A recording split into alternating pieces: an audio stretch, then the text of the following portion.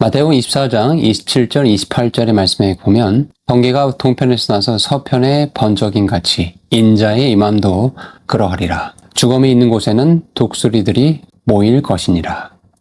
자, 이러한 의미심장한 말씀이 예언의 때 의미심장한 말씀이 기록이 되어 있습니다. 근데 그로부터 60년 뒤 반모섬에서 요한이 환상 가운데 한 천사가 공중의 모든 새들을 불러 모으는 장면을 그에게 보여줍니다. 와서 하나님의 큰 잔치에 모여 왕들의 살을 먹어라. 계시록 19장 17절 18절 말씀이에요.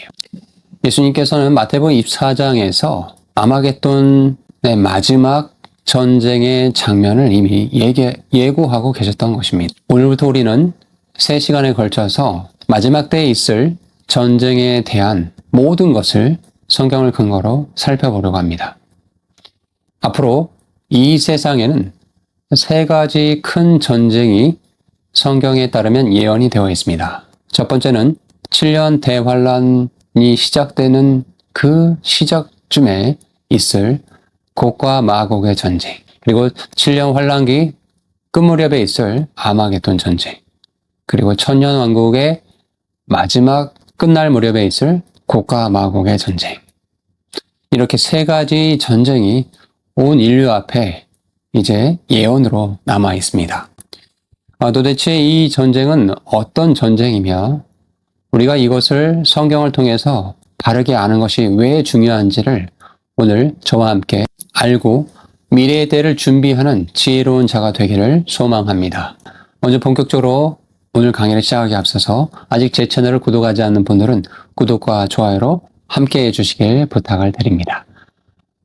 마지막 세대 거룩한 성도를 위한 미디어 선교 전문 채널인 우광일의 인사이트를 사랑해 주시고 이 채널이 계속 발전할 수 있도록 성도 여러분의 기도와 또 응원의 메시지 감사를 드립니다. 또한 물질로 후원해 주신 많은 성도님들께도 이 자리를 빌어서 다시 한번 감사를 드립니다. 성경을 조금이라도 관심 있게 보시는 분들은 마지막 때에 있을 전쟁에 관한 메시지, 특별히 에스겔서 38장과 39장에 예언이 되어 있는 이 곡과 마곡의 전쟁이 과연 어떤 전쟁이고 그것이 어떤 양상으로 펼쳐질 것인지에 대한 궁금증과 또 막연한 두려움이 있으실 겁니다. 또 계시록 14장 20절에 가보면 전쟁으로 인해서 죽은 사람의 피가 300km나 흐른다라는 무시무시한 기록이 있는데 과연 이 전쟁은 어떤 것인가? 성경을 아무리 읽어도 신학적으로 이런 것들이 정립되지 않으면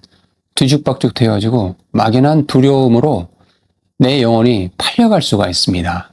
악한 사꾼 목자들은 이러한 전쟁의 소식들, 성경의 기록들을 가지고 자기 배를 불리는데 악하게 성도들의 영혼을 지옥으로 끌고 가는 자들도 있습니다. 그래서 오늘 강의가 매우 중요하고 여러분 성경을 근거로 제가 하나하나 이 전쟁의 의미가 무엇인지에 대해서 말씀을 드릴 터인데 앞으로 진행될 3시간의 강의가 천년왕국 시리즈 공부를 쭉 따라오신 분들에게도 많은 도움이 될 것이고 매우 중요한 강의라는 것을 기억하시면서 본격적으로 오늘 강의를 잘 들어주시길 부탁을 드립니다. 자, 먼저 성경을 크게 보면 앞으로 인류에게 남아있는 3가지 전쟁이 뭐가 있다고 말씀드렸죠? 첫 번째는 휴거 후 7년 환란 초입부에 있을 곡과 마곡의 전쟁이 있다. 에스겔서 38장, 39장에 걸쳐서 기록이 되어 있죠. 두 번째 전쟁은 7년 환란기 끝 무렵 마지막 부분에 온 천하가 그리스도를 대적해서 집결하는 아마겟돈 전쟁이 있을 것입니다. 계시록 19장, 요한계시록 16장, 또 19장에 기록이 되어 있죠. 마지막 3번째 전쟁은 그리스도께서 철저한 권세로 이 땅에서 왕으로 통치하시는 그 천년왕국 시기의 끝 무렵에 사탄이 잠시 풀려나게 되는데 그때 바다의 모래와 같은 수많은 사람들이 사탄과 함께 그리스도를 대적하는 인류 최후의 반격의 전쟁이 계시록 20장 7절에서 10절에 예언이 되어 있습니다. 자, 이 3가지 전쟁을 섞어서 보시면 절대 성경이 풀리지 않습니다. 자, 그런데 이것을 이해하는데 너무 헷갈려 하는 게 뭐냐면 첫 번째 이름의 함정이에요. 왜냐면 7년 환란기 초입에 교회에 휴거되는 그 시점에 있을 곡과 마곡의 전쟁이라는 이름과 천년왕국의 끝 무렵에 있을 사탄의 반역으로 인해서 온 인류 수많은 바다의 모래와 같은 수많은 사람들이 반역하는 그 전쟁도 곡과 마곡의 전쟁이라 불리기 때문에 두 이름이 이렇게 중첩이 되다 보니 헷갈려 하는 거예요. 두 번째, 이미지 함정이 있어요. 첫 번째 전쟁인 곡과 마곡의 1차 전쟁이라 부르겠습니다. 그 전쟁과 7년 환란기 끝 무렵에 있을 아마겟돈 전쟁의 모습을 보면 새들의 잔치가 있거든요. 이게 또 중복되어 보이니까 에스겔서 39장 17절과 요한계시록 19장 17절 둘 다 17절이에요. 이 새들의 잔치가 있으니 또 이 부분도 헷갈려 하는 것이죠. 세 번째는 규모의 함정이 있어요. 세 전쟁 모두 다 하나님을 대적한 대군의 전멸이라는 골격이 같습니다. 자, 이름이 겹치고 전쟁의 그림이 비슷하고 골격이 겹치니 이것이 한 가지 전쟁을 가리키는 것이 아닌가 이렇게 헷갈리게 되는 것이죠. 제가 오늘 이 모든 것을 한 번에 다 말씀드릴 수 없기 때문에 오늘은 곡과 마곡의 1차 전쟁, 에스겔서 38, 39장에 자세하게 기록되어 있는 그 전쟁에 대해서 성경을 근거로 그리고 오늘날의 이 현 시국을 세계사의 흐름을 통해서 하나하나 시대를 분별하는 눈을 가지실 수 있도록 오늘 강의를 진행하도록 하겠습니다. 집중하시고 중간에 나가시지 마세요. 정말 어리석은 자들입니다. 끝까지 오늘 강의를 인내심을 가지고 함께 해주시길 부탁을 드립니다. 자, 에스겔서를 공부해 보신 분들은 늘 38장과 39장에서 헷갈려 합니다. 자, 왜냐면 38장에서 곡이 무너졌는데 39장에 또 처음부터 곡의 침공에 대해서 말씀을 하고 있기 때문입니다. 자, 그렇다 보니까 38장은 1차 전쟁이고 39장은 곡과 마곡의 2차 전쟁이다라고 그렇게 보는 분들도 있습니다. 물론 그런 견해가 완전히 틀렸다고 말하기는 어렵지만 저는 좀 더 합리적인 신학적인 견해를 말씀드리고자 해요. 두 전쟁은 다시 에스겔서 38장과 39장에 기록되어 있는 이 전쟁은 모두 다 곡과 마곡 전쟁의 1차 전쟁에 관련된 그런 말씀이다라고 보는 것이 합당한 견해라고 생각을 합니다. 자, 왜 그러냐면 히브리 묵시 문학의 특성을 우리가 이해할 필요가 있어요. 히브리 묵시 문학의 특성은 뭐냐면 반복 조망이에요. 그러니까 같은 사건을 두고도 두 대의 카메라를 가지고 조명해 주는 거예요. 예를 들어서 창세기 1장과 2장을 잘 생각해 보시면 창세기 1장은 우주적인 조망을 해줘. 창조에 대해서. 그런데 창세기 2장은 인간 중심의 조망을 통해서 창조의 이야기를 하나님께서 창세기 1장과 2장을 통해서 말씀해 주고 있는 것을 잘 알고 계실 것입니다. 마찬가지로 에스겔서 38장과 39장의 이 말씀도 침공과 경멸. 근데 이것을 38장에서는 누가 왜 어떻게 쳐들어오고 하나님께서 그들을 어떻게 꺾으시는지에 대해서 중점에서 카메라가 조명하고 있는 게 에스겔서 38장이에요. 반면에 이제 에스겔서 39장은 카메라의 조명을 그 결과와 회복으로 돌리는 것입니다. 무기를 소각하고 시체를 매장하고 새들의 처리 그리고 이스라엘의 영적인 회복까지 마치 우리가 비유하자면 스포츠 중계를 하는데 38장은 실황을 보여주는 것이고 39장은 다각도로 리플레이를 하면서 경기 후에 인터뷰를 하는 그런 모습으로 이해하시면 좋을 것 같습니다.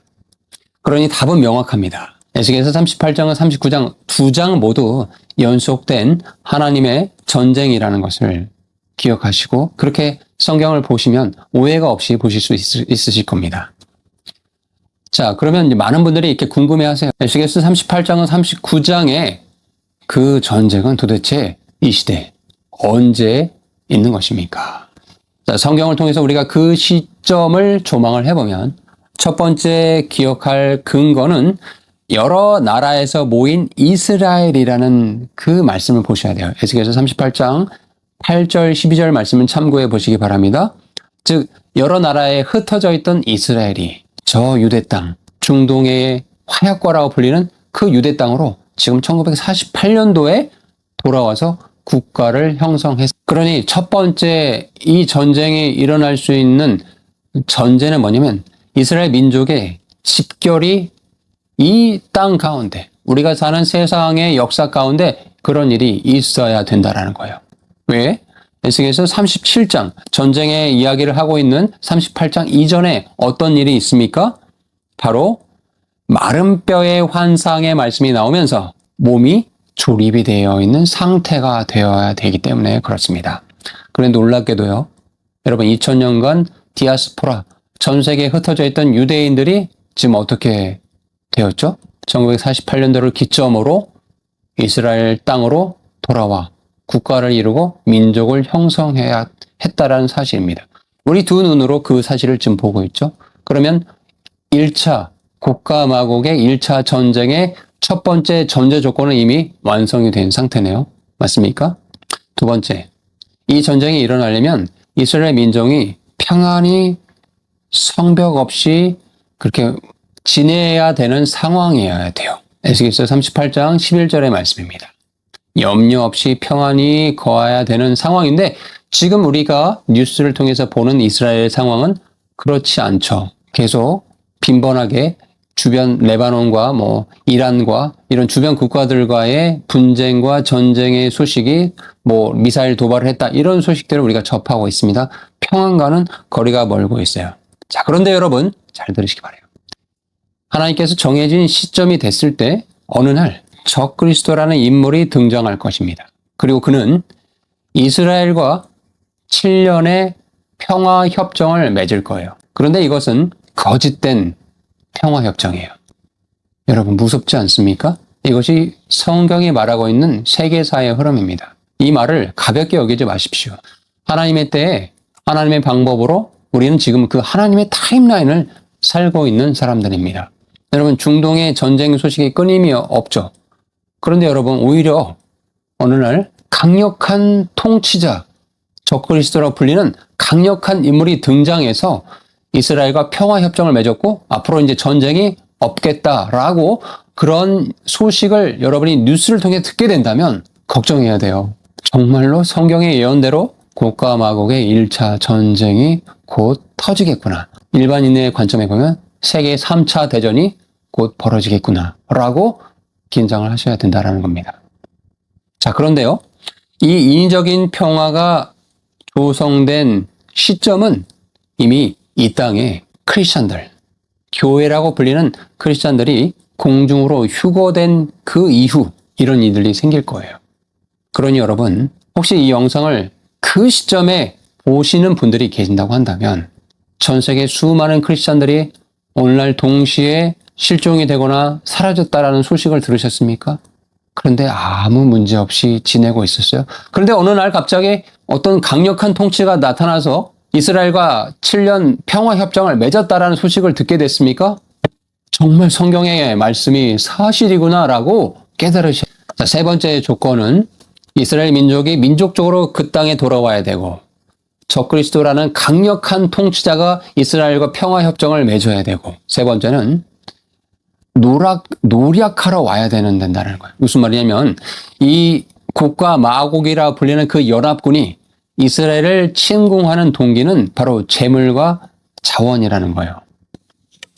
자, 에스겔서 38장 12절 13절에 가서 보시면 스바와 드단과 다시스의 상인들이 이렇게 고백합니다. 너가 탈취하러 왔느냐라고 항의만 하고 그 전쟁에 대해서 방관하는 그런 모습을 묘사해주고 있어요.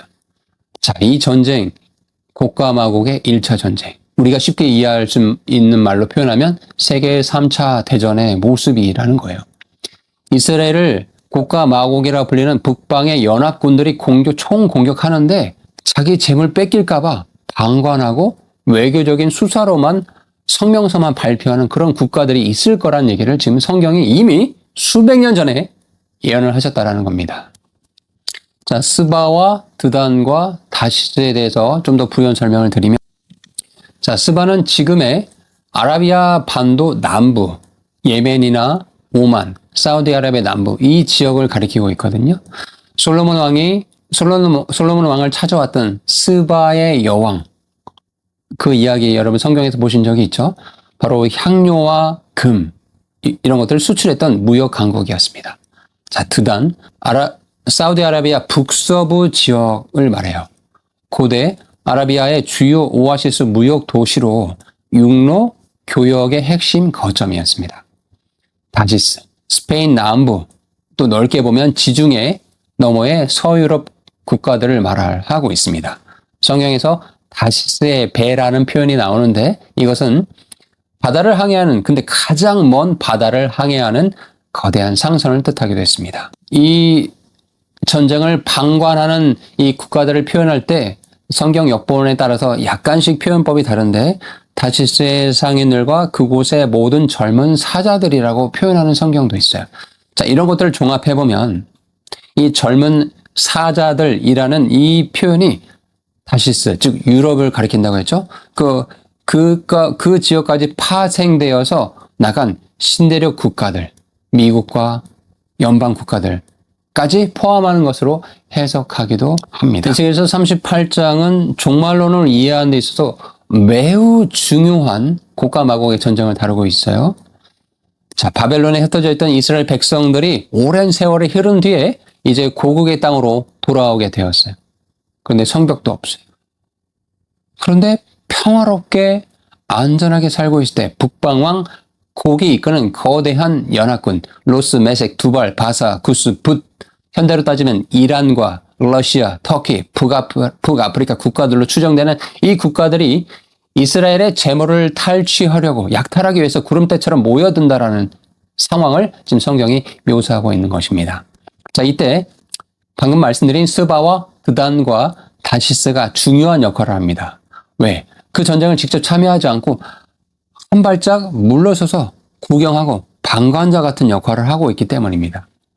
38장 13절에 가서 보시면 너가 노략질 하러 왔느냐, 내가 머리를 모아 탈취하고자 하느냐, 은과 금을 빼앗으며 가축과 재물을 취하여 크게 약탈하여 가고자 하느냐라고 하면서 그 전쟁을 일으킨 북방연합군에 대해서 질문을 던지고 있는 거예요. 질문을 던지고 있는 거예요. 자, 이 질문이 매우 중요한데요. 여러분 잘 들으십시오. 이게 뭐냐면 이 곡의 침략 행위를 적극적으로 막는 것이 아니라 그 침략 의도를 지적하면서 무역의 파트너로서의 자기들의 손실, 이익 손실을 우려하려는 그런 어조로 보여지죠. 스바와 드단과 다시스는 무역의 중심지라고 말씀드렸어요.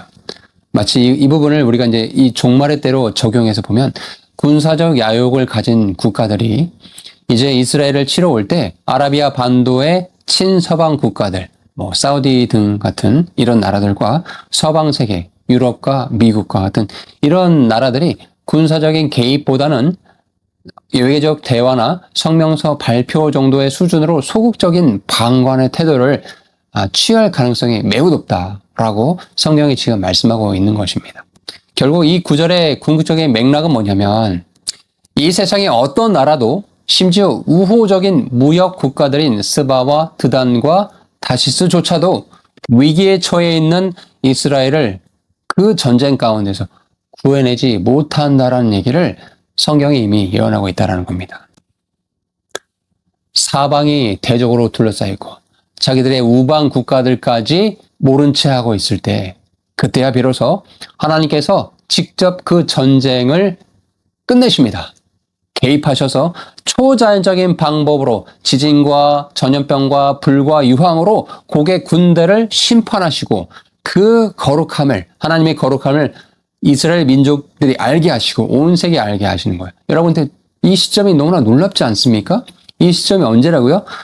7년 대환란이 일어나기 바로 그 지점에서 교회가 휴거되고 이 땅에 어수선하고 있는 이 상황 속에서 적그리스도가 등장해서 이런 전쟁을 펼쳤는데 하나님께서 이 전쟁을 끝내셨어요. 초자연적인 방법으로. 자, 그렇다고 한다면 이스라엘 민족 입장에서는 우리가 못 박았던, 십자가에 못 박았던 예수 그리스도께서 정말로 메시아셨구나 애통하며 민족적으로 회개하는 일이 그 전쟁을 기점으로 일어날 것이라는 것을 성경에서 그 전쟁을 기점으로 일어날 것이라는 것을 우리는 예상해 볼 수 있고 이것이 놀라운 하나님의 섭리라는 것을 생각해 볼 수 있는 것입니다. 할렐루야.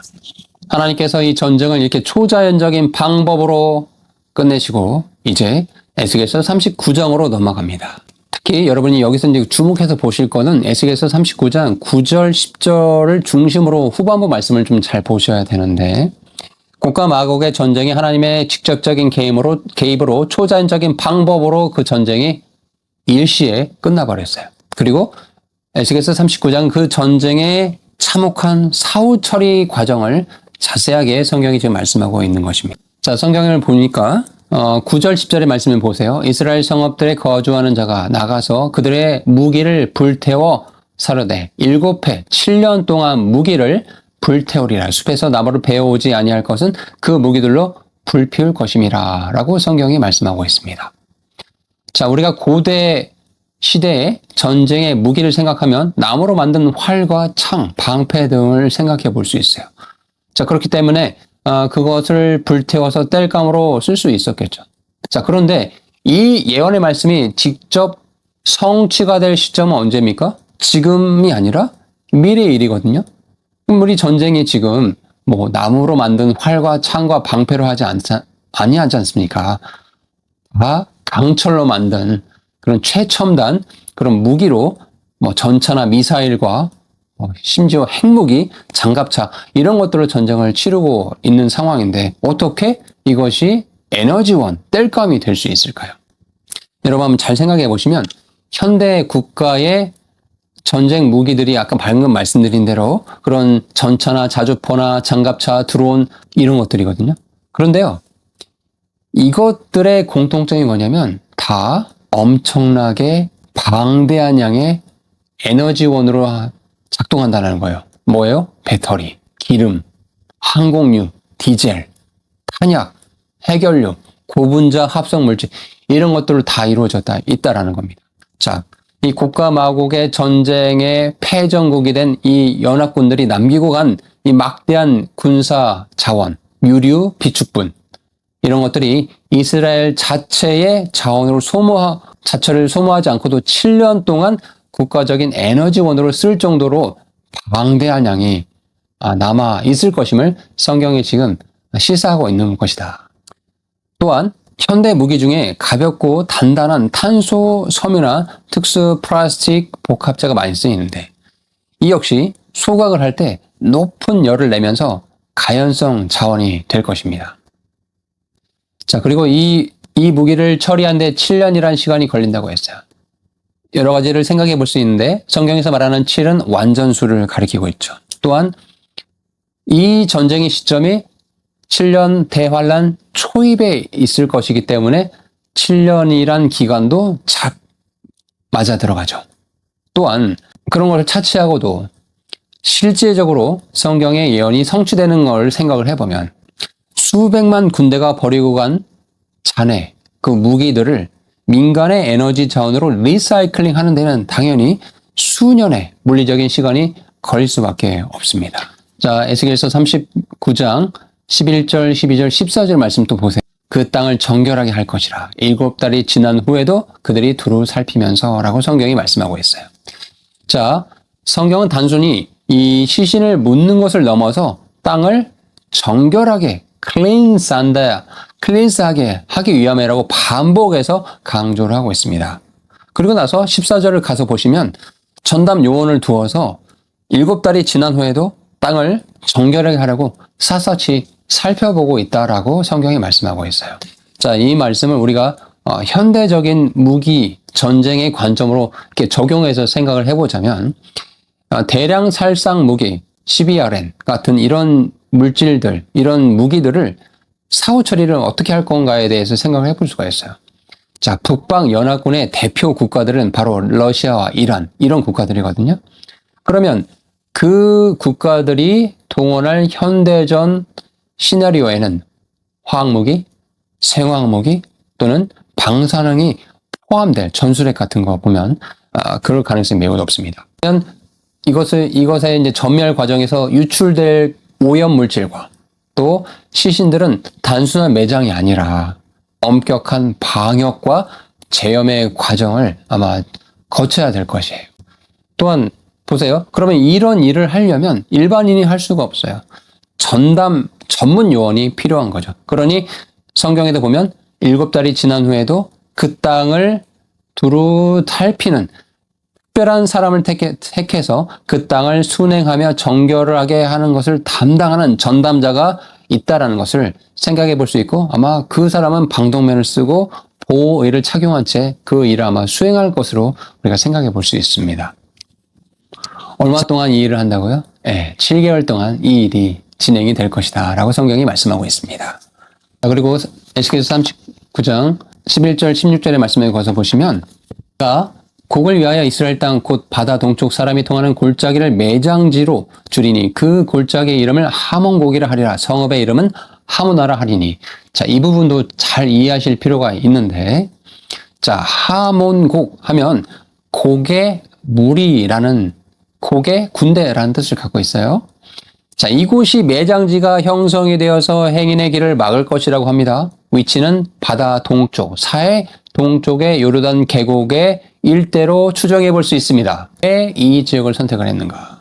여러분, 인구가 밀집되어 있는 그 지역과는 거리가 있는 곳에 이 장소를 선택해야만 하고요. 현대 방역과 방사능 통제 시나리오에서 가장 중요한 것이 뭡니까? 오염원을 인구 밀집 지역에서부터 멀리 격리하는 것이 가장 중요하거든요. 그래서 요르단 계곡이나 광야 지대 같은 특정 골짜기를 지정해서 대규모의 격리 매장지를 만들고 오염 확산을 막기 위해서 일반인의 통행을 제한하는 그런 설정이 필요할 것이다. 그리고 그 곁에 하모나, 무리라는 뜻인데, 이런 성읍이 생긴다는 것은 그 거대한 환경 정화 및 매장 작업을 관리하기 위해서 군사 방역 기지나 정화 전담 임시 도시가 건설될 가능성이 있음을 또 성경이 이렇게 예언하고 있다라고 그렇게 보여집니다. 마지막 17절에서 20절 말씀에 가서 보시면, 너는 각양새와 들의 각양 짐승에게 이르기를 나의 잔치로 너희는 모여 사방에서 와서 용사의 고개를 먹으며 세상 왕들의 피를 마실지어다라고 성경이 기록하고 있어요. 이것은 생태계의 역설과 전쟁의 참상을 말씀하고 있는 것인데, 자, 이 전쟁이 하나님의 개입으로 초자연적인 방법으로 지진과 폭우와 불 이런 것들로 인해서 수백만의 군대가 한순간에 괴멸이 당하면서 끝난다라고 말씀드렸거든요. 그러면 현대의 어떤 의료나 구호 시스템으로 사후 처리를 한다는 것은 사실상 불가능에 가까울 수 있습니다. 결국 방역 부대가 손을 쓰기 전에 자연계의 청소부인 조류나 야생 동물들이 먼저 사체를 처리하는 그런 참상이 벌어질 것을 성경이 지금 말씀하고 있는 것이다 라고 그렇게 보여집니다. 그리고 또한 우리가 현대전 시나리오에서 이 장면을 전 세계 정찰 위성과 또 드론 카메라 이런 것들을 통해서 아마 실시간으로 중계가 되지 않을까 생각해 볼 수 있겠죠. 첨단 기술로 무장했던 인류의 군사 강대국들이 하나님의 초자연적인 개입으로 한낱 들짐승의 먹이로 전락하는 모습을 아마 전 세계가 두려움 가운데 보게 될 것입니다. 그러면서 뭘 깨닫게 돼요? 이스라엘의 하나님이 온 세상의 참 주인이시구나. 이 세상의 주관자는 우리가 인정하지 않든 하나님이시구나. 하나님의 역사의 주관자이시구나 라는 것을 아마 마음속에 깨닫게 되는 그런 일이 이 전쟁을 통해서 안타깝지만 온 세상의 사람들에게 하나님께서 하나님 되심을 보여주고 있는 것이다 라고 그렇게 보여집니다. 에스겔서 39장의 곡과 마곡 전쟁의 1차 전쟁의 사후 처리 예언은 단순히 고대 전쟁의 과장이 아닙니다. 오히려 현대전의 관점에서 볼 때 첨단 무기 잔해 에너지원 자원, 그것을 자원화해요. 7년 동안 쓴다고 말씀드렸죠. 또 대량 살상 무기 오염으로 인해서 전문 방역 및 제염 기간이 7달은 필요할 것이다 라는 것을 충분히 논리적으로 성경을 근거로 생각해 볼 수 있다는 겁니다. 또한 위험물질 격리 구역을 지정해서 하몽곡이라는 지극히 체계적이고 과학적인 사후 수습 시나리오로 해석해 볼 수 있습니다. 어떻습니까, 여러분? 여러분, 막연하게 그저 내 마음의 평안만 간구했던 신앙에서 이제 눈을 뜨시기 바랍니다. 마지막 시대에 하나님께서 온 세상의 주인으로서 어떻게 이 세상을 끌고 가시고 이스라엘을 주목해 보셔야 돼요. 이스라엘 통해서 어떻게 이 종말의 때에 모든 사람들에게 하나님의 살아계심을, 하나님의 거룩하심을, 하나님의 하나님 되심을 보여주고 있는지를 여러분 깨달아 아셔야 됩니다. 우리는 지난 시간에 7년 환란기 초입에 있을 곡과 마곡의 1차 전쟁에 대해서 함께 살펴보았습니다. 그리고 이제 두 번째로 인류가 반드시 겪을 수밖에 없는 7년 환란기 끝 무렵에 있을 아마겟돈 전쟁에 대해서 오늘 깊이 있게 말씀을 드리도록 하겠습니다. 먼저 이걸 여러분 한번 생각을 해보십시오.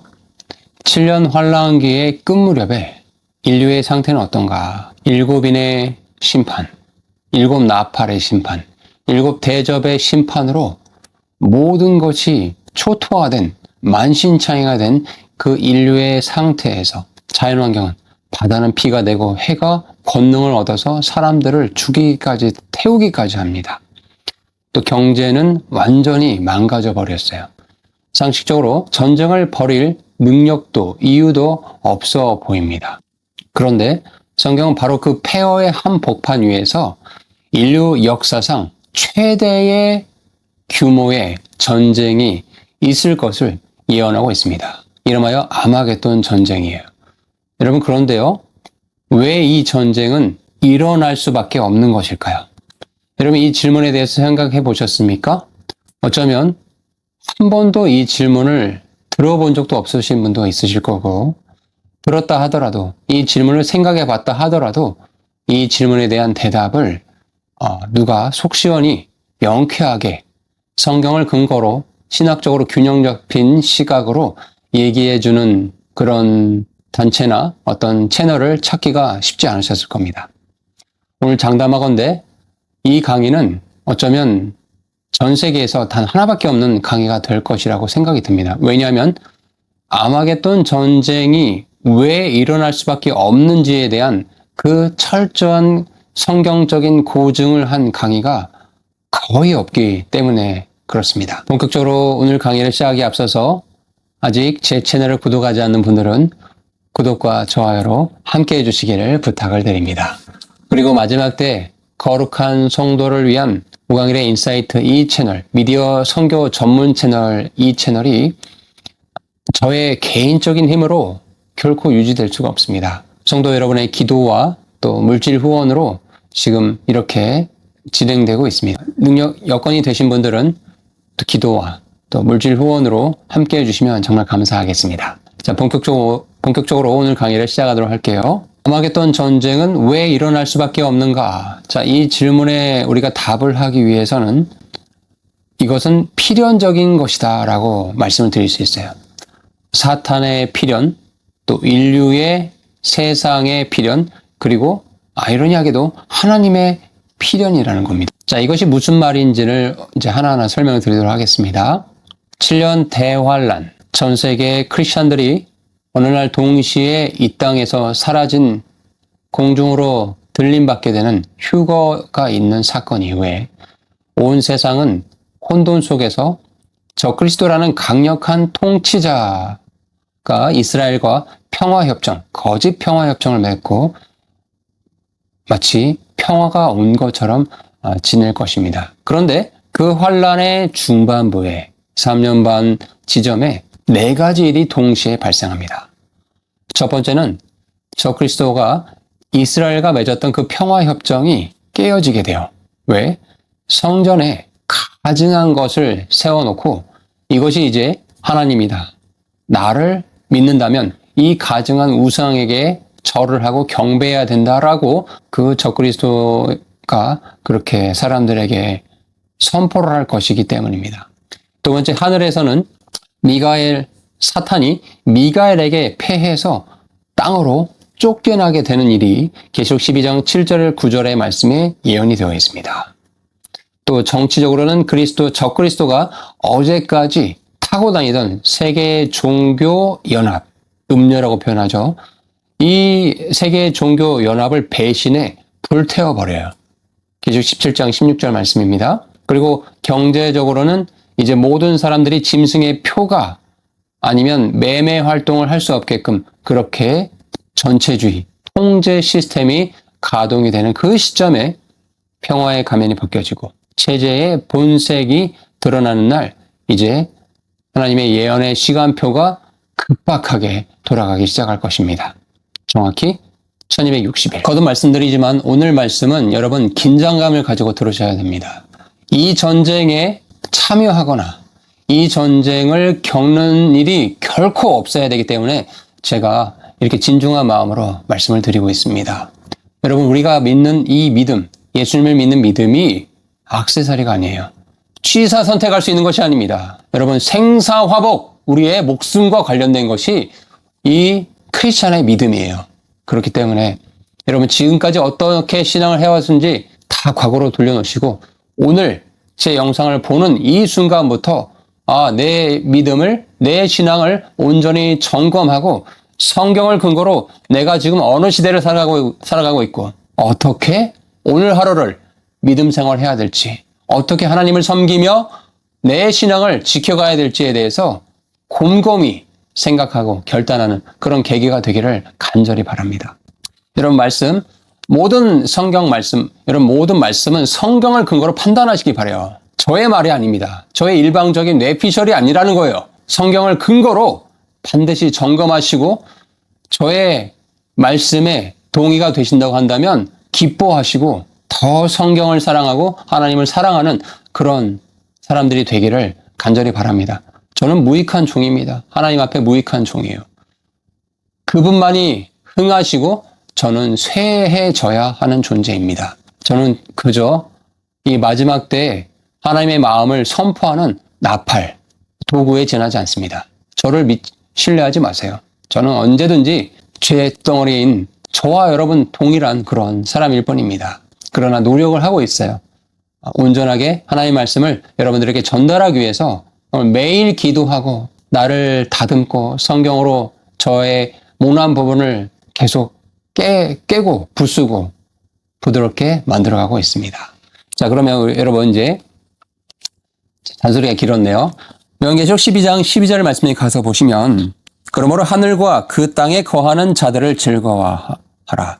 그러나 땅과 바다는 화 있을진저 이는 마귀가 자기 때가 얼마 남지 않은 줄 알므로 크게 분을 내어 너희에게 내려갔음이라 하더라. 여러분, 이 구절을 잘 기억하십시오. 마귀가 자기의 때가 얼마 남지 않은 것을 본인이 안다라고 말씀하고 있어요. 놀랍지 않습니까? 즉 1260일 3년 반 이거밖에 없다라는 거예요. 마귀가 이 땅에서 6,000년 가까이 수백만 명의 사람들, 수십억 명의 사람들을 미혹하고 지옥으로 끌고 가는 일들을 했었는데 이제 그 마지막 3년 반이면 본인이 했던 악행을 저지를 수 있는 시간이 이제 끝이 다가오고 있다는 걸 마귀가 알고 있다는 거예요. 그래서 크게 분내어 너희에게 내려왔다. 이 땅으로 내려왔다는 겁니다. 두 번째, 대접의 심판을 보시기 바라요. 진례 환란기의 후반부에 가보면 7 대접의 심판이 막 쏟아지게 됩니다. 자, 첫 번째 대접은 짐승의 표를 받은 사람들에게 독한 종기가 쏟아집니다. 요한계시록 16장 2절의 말씀입니다. 첫째 천사가 그 대접을 땅에 쏟음에 짐승의 표를 받은 사람들과 그 우상에게 경배하는 자들에게 뭐가 있다? 악하고 독한 종기가 나더라. 자, 그리고 다섯 번째 대접에 가보면 여러분 요한계시록 16장 10절입니다. 또 다섯째 천사가 그 대접을 짐승의 왕좌에 쏟으니 그 나라가 곧 어두워지며 사람들이 아파서 자기 혀를 깨물고. 자, 다섯 번째 대접은 짐승의 왕좌와 그것의 어둠에 대한 말씀을 하고 있죠. 맞습니까? 자, 인과 나팔이 세상의 일반을 쳤다면 대접은 짐승의 체질 자체를 정조준하고 있다는 거예요. 자, 두 번째, 세 번째 대접은 어떤 일이 있어요? 둘째 천사가 그 대접을 3절입니다. 바다에 쏟음에 바다가 곧 죽은 자의 피같이 되어 바다의 가운데 모든 생물이 죽고 4절에 셋째 천사가 그 대접을 강과 물과 근원에 쏟으니 어떻게 돼요? 피가 되어버렸다라고 말씀하고 있어요. 자, 사람들이 먹을 물이 없어요. 식수가 끊겨버렸어요. 그리고 네 번째 대접을 쏟으니 8절에 해에 쏟음에 해가 권세를 받아 불로 사람들을 태우니 사람들이 크게 태움에 태워진지라 이 재앙들을 행하는 권세를 가진 하나님의 이름을 비방하며 또 회개하지 아니하고 누가요? 이런 재앙을 맞고도 사람들이 하나님을 비방하고 회개하지 않는다라고 주님께 영광을 돌리지 않는다라고 성경이 무겁게 예언하고 있다는 겁니다. 여러분 회개의 선택지가 이 절체절명의 재앙의 순간에도 하나님께서는 그들이 돌아오길 바라면서 회개의 기회를 주셨지만 어떻대요? 사람들이 하나님의 이름을 비방하며 또 회개하지 아니하더라. 자, 아마겟돈 전쟁이 왜 발생할 수밖에 없냐? 세 번째 이유는 다니엘서 11장을 참고해 보셔야 되는데 다니엘서 11장 후반부에 가서 보시면 마지막 때 그 왕, 즉 적그리스도의 말년에 대해서 잘 그려주고 있어요. 남방이 찌르고 북방이 밀려오며 동북에서 들려오는 소문이 그를 번민하게 합니다. 무슨 뜻입니까? 짐승의 단일 체제는 우리가 상상하는 초롱성이 아니라 말기에는 반란과 이탈로 갈라지는 제국이라는 거예요. 표로 통제하던 그 경제가 짐승의 표로 통제를 했었죠. 이 표가 있으면 매매할 수 있고 이마를 오른손에 표를 받게 했었잖아요. 그런데 그거조차도 마비가 되니까 복속되었던 세력들이 움직이기 시작하는 거예요. 특히 동방, 즉 여섯째 대접에서 유프라데 강이 마르면서 길이 열려서 동방의 왕들이 진군하고 처음에 흔들렸던 서방 체제에 대한 도전의 성격을 지금 성경이 예언하고 있습니다. 여러분 이 부분은 좀 더 깊이 있게 제가 다음에 또 다뤄드릴게요. 지금 이 유프라테스 강이 말랐다라는 의미가 이것이 단순하게 그냥 읽고 넘어갈 부분이 아니기 때문에 너무 길어지니까 이 부분 이 정도만 설명하겠습니다. 자, 네 번째, 아마겟돈 전쟁이 왜 일어날 수밖에 없는가? 결정타인데요. 상업 바벨론이 1시간 만에 불타버립니다. 계시록 18장이 잘 기록이 되어 있죠. 세계의 결제, 물류, 소비의 심정이 멎어버리니까 상인들이 왕들과 함께 통곡하여. 여러분 이 그림을 한번 상상해 보세요.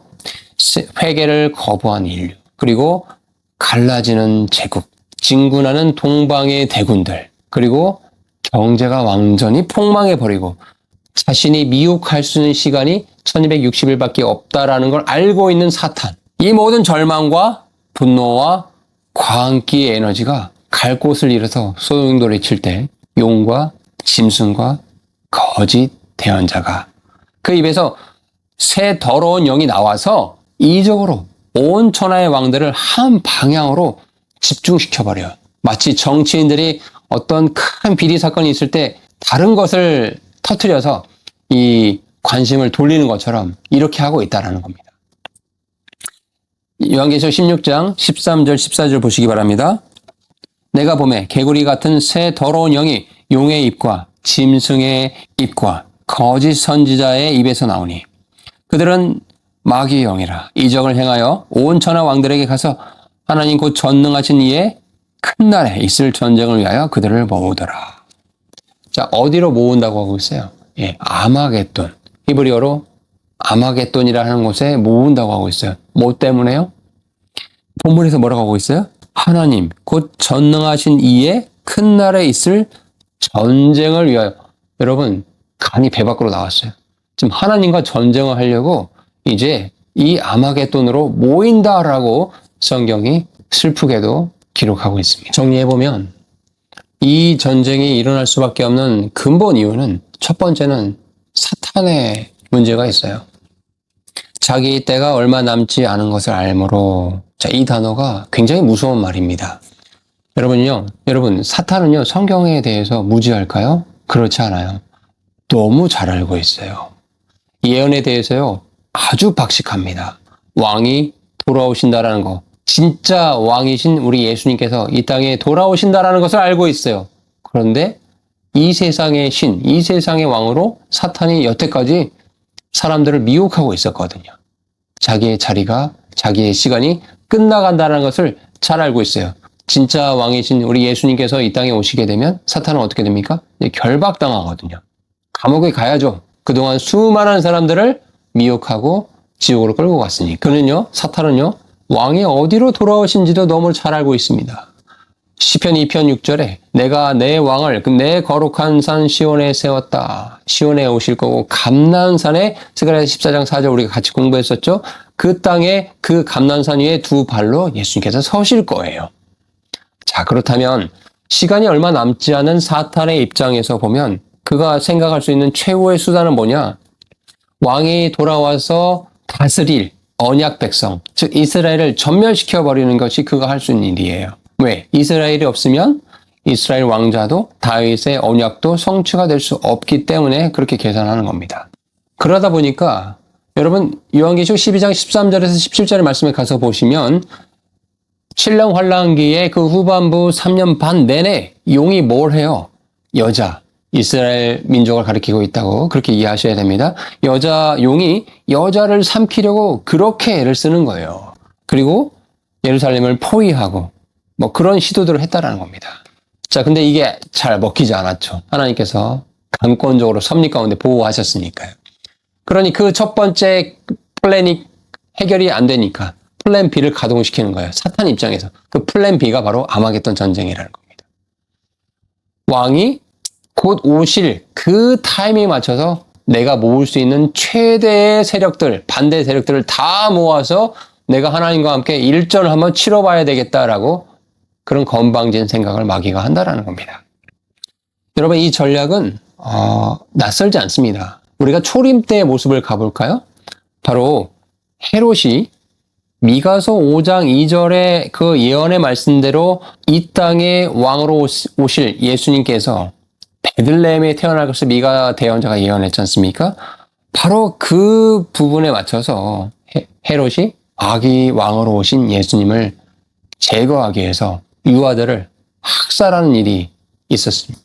자, 초림 때는 그 왕이 오실 그 지점에 군대를 보내고 칼을 들어서 제거하려고 하였고, 그러나 실패했죠.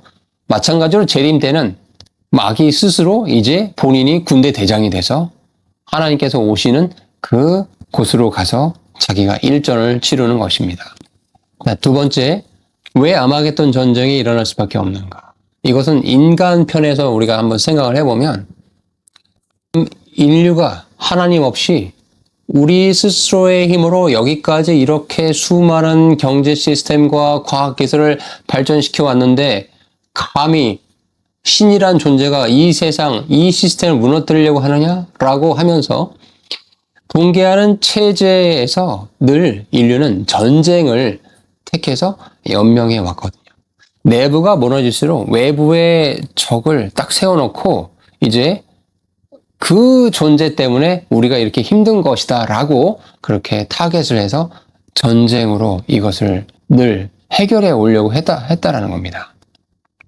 그런데 그 깊은 내면에는 뭐가 있냐? 인간의 교만이 있는 거예요.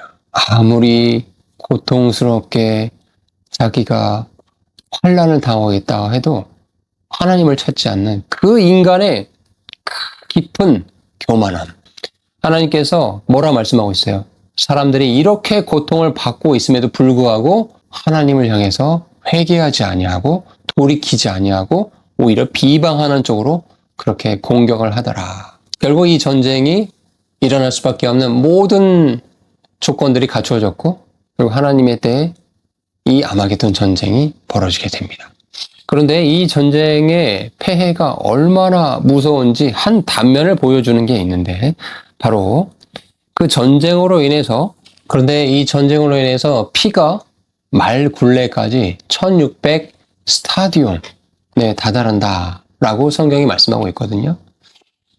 여러분 이게 상당히 엄청난 양의 피가 흘려질 거다라는 얘기를 성경이 좀 말씀하고 있는데, 이런 생각이 드실 수 있습니다. 하나님은 왜 이렇게까지 피가 많이 흐르는 전쟁을 치르시는 것인가? 너무 잔인하신 게 아닌가?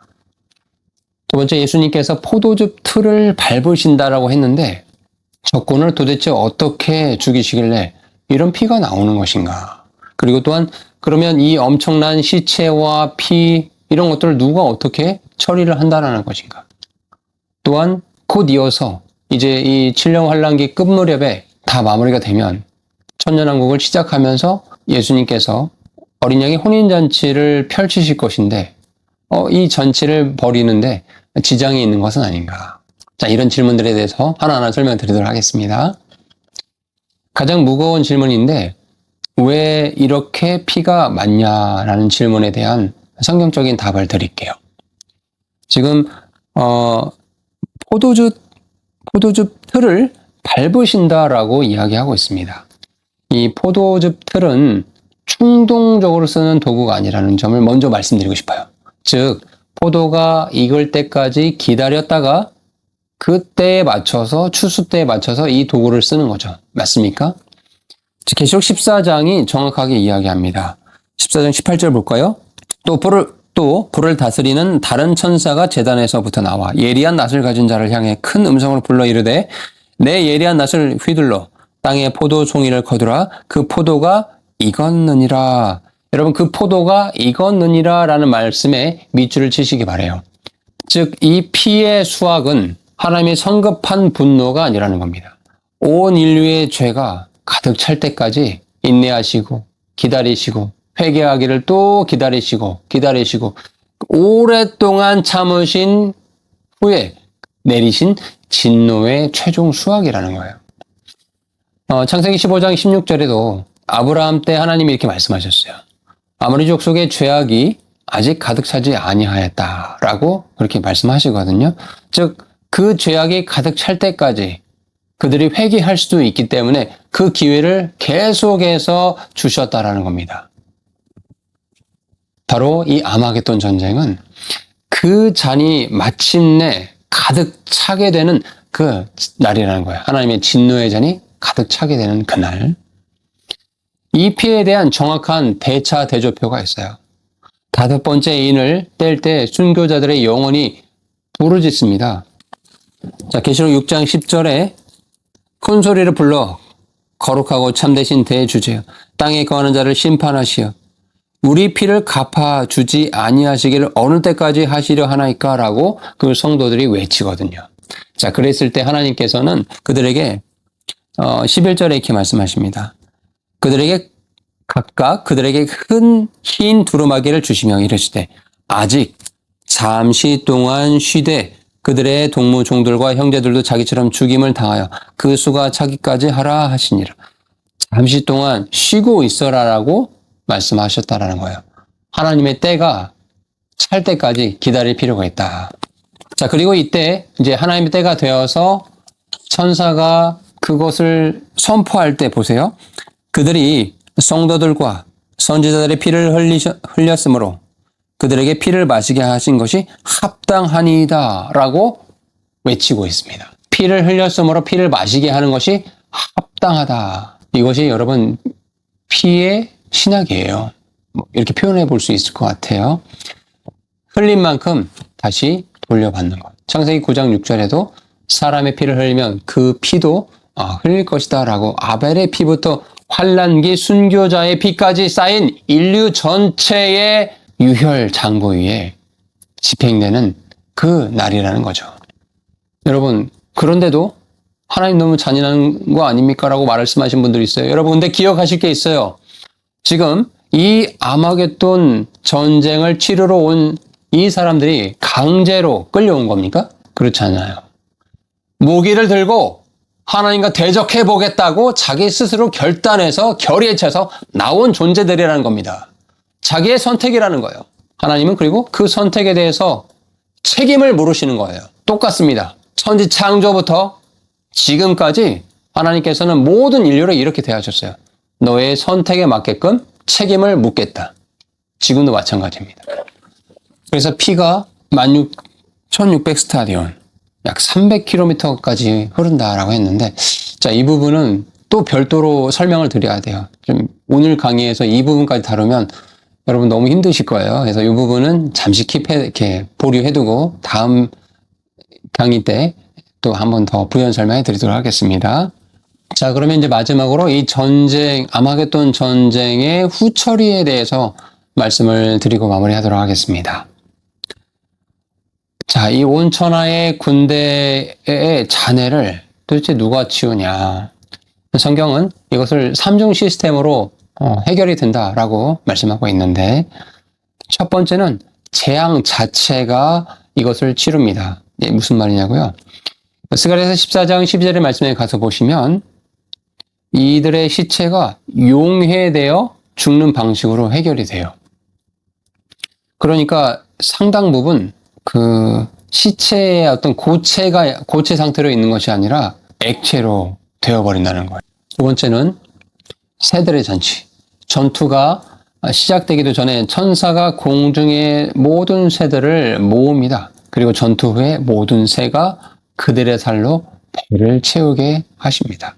하나님께서는 초자연적인 방법으로 그들의 시체를 녹아내리게 하시기도 했고, 또 혹시라도 잔해가 있을 수 있으니 그것들은 창조물들, 새들을 동원해서 다 먹어서 없어지게끔 그렇게 자연 청소부까지 동원하셨다라는 거예요. 그러니 마태복음 24장 28절에 예수님께서 말씀하셨죠. 죽음이 있는 곳에는 독수리들이 모일 것이다 라고 하는 그 예언의 말씀이 바로 이 아마겟돈 전쟁을 두고 예수님께서 말씀하신 겁니다. 다니엘서 12장이 숫자로 남긴 재림과 왕국의 개막 사이에 75일이라는 그 기간이 남아있거든요. 그러니 이 기간 동안 남은 정리와 매장이 이루어질 거다라고 우리가 생각해 볼 수 있어요. 자, 이 모든 처리 뒤에 어린 양의 혼인잔치가 정말 기쁘게 열릴 수 있습니다. 잔치는 전투 바로 다음날 치러지는 것이 아니라 75일이라는 정결과 정돈의 시간이 있고 그것이 완료가 된 1335일부터라는 거예요. 다니엘서 12장 12절을 참고하시기 바랍니다. 이 부분도 설명이 어려우실 수 있어요. 이 부분은 제가 강의했던 스가랴서의 말씀 세 차례에 걸쳐서 말씀드린 게 있는데 그 강의를 참고해 보시기 바라고 제가 링크를 달아두도록 하겠습니다. 두 번째는 공간의 설계. 왕의 귀환과 함께 땅 자체가 갱신이 돼요. 감람산이 갈라져 새 지형이 열리고 예루살렘에서 생수가 흘러나오면서 또 사막이 백합화가 피고 심지어 심판의 골짜기가 바로 그 문맥에서 산들이 단 포도주를 떨어뜨립니다. 또한 이사야서 24장, 25장의 말씀에도 보면 24장에서는 온 땅이 파괴가 되지만 바로 다음 장인 이사야서 25장에서는 기름진 잔치와 사망을 삼키시고 눈물을 닦아주시는 그런 말씀이 예언이 되어 있거든요. 그러니 정리해보면 어린 양의 혼인잔치는 모든 것들이 다 정결하게 되고 정돈된 상태에서 잔치가 시작될 것이다. 요엘서 3장 2절과 스바냐 3장 8절의 말씀을 보시면 아마겟돈 군대를 여호사밧 골짜기로 모으는 장면이 잘 기록이 되어 있는데 여러분 우리가 이 전쟁을 이제 이렇게 왜 일어날 수밖에 없는지에 대해서 쭉 공부를 했어요. 마지막으로 여러분에게 더 알찬 영적인 유익한 선물을 드리고 싶어요. 여러분 이 전쟁은 누가 주인입니까? 새 개구리의 악한 영입니까? 사탄입니까? 아니에요. 말씀에 보면 내가 여호와 하나님이 이렇게 하셨다라는 거예요. 그럼 왜 이렇게 하셨는가? 하나님은 원수들을 왜 한 곳으로 모으게 하실까요? 여러분 우리가 그 출애굽기에서 홍해 사건을 한번 기억해 보세요. 10번의 재앙을 주시면서 그들이 돌이키고 회개할 기회를 주셨고 그런데도 돌이키지 않자 이제 진노의 잔을 쏟아버리십니다. 내가 바로의 마음을 완악하게 한즉 바로가 그들의 뒤를 뒤따르리니 내가 그와 그 온 군대로 말미암아 영광을 얻으리라. 출애굽기 14장 4절에 말씀하고 있어요. 그래서 바로는 이집트의 모든 군대를 이끌고 홍해 앞으로 집결하죠. 하나님께서는 이제 이스라엘 백성, 즉 자신의 자녀들을 아무 이상 없이 홍해를, 즉 재앙을 잘 건너가게 하시고 나서, 피하게 하시고 나서 이제 물 가운데 이집트의 모든 군대가 모여 있을 때, 집결해 있을 때 한 번에 처리를 하시죠. 마치 계시록 14장 19절에 낫질 한 번으로 포도를 다 처리한 것처럼 여호사밧, 즉 여호와께서 심판하신다라는 그 지명 자체가 판결문이라는 것을 기억하시면 좋겠습니다. 두 번째는 예수님께서 마태복음 23장 39절에 너희가 나를 부를 때까지 나를 보지 못하리라, 찬송하리로다, 주의 이름으로 오시니여 라고 외치기 전까지는 보지 못할 거다 라고 말씀하시면서 재림의 조건이 있다는 걸 얘기를 하셨거든요. 찬송하리로다, 주의 이름으로 오시는 이여라고 외치는 그 이스라엘이 그런 일을 할 때, 언제 그 일을 하느냐? 고난받을 때 그 일을 한다는 거예요. 인간의 소망이 다 끊겨버리고, 예레미야 30장 7절에 야곱의 환란이라고 부르는 그 산고와 같은 그런 고통의 때가 돼서야 비로소, 스가랴서 12장 10절 말씀처럼 그때야 비로소 이스라엘 민족이 민족적으로 주님께로 돌아오는 그런 일이 있을 거기 때문에 아마겟돈 전쟁은 필연적으로 있을 수밖에 없다. 정리해 보겠습니다. 아마겟돈은 우연히 발생한 전쟁이 아니라고 한 걸 오늘 이제 충분히 공부하셨을 거예요. 적그리스도가 정체를 드러내고, 그럼에도 불구하고 온갖 재앙을 받으면서도 회개하지 않는 인류가 있었고, 곳곳을 흩어져 버리는 분열하는 제국들이 있었고, 경제가 폭망하고 유프라테스 강이 마르면서 동방의 왕들이 진격해 올 수 있는 길이 생기고, 사탄이 이제 마지막 발악을 하고, 뭐 이런 것들이 하나하나 하나님의 때에 착실하게 이루어지면서 하나님의 진노의 잔이 다 차게 되었을 때 이 일이 발생하게 된다는 것을 우리는 배우게 되었습니다. 여러분, 이 하나님의 이 인간을 다루시는 이 방법, 이것은, 이 구조는 오늘날 우리의 삶에도 동일하게 적용해 볼 수 있습니다.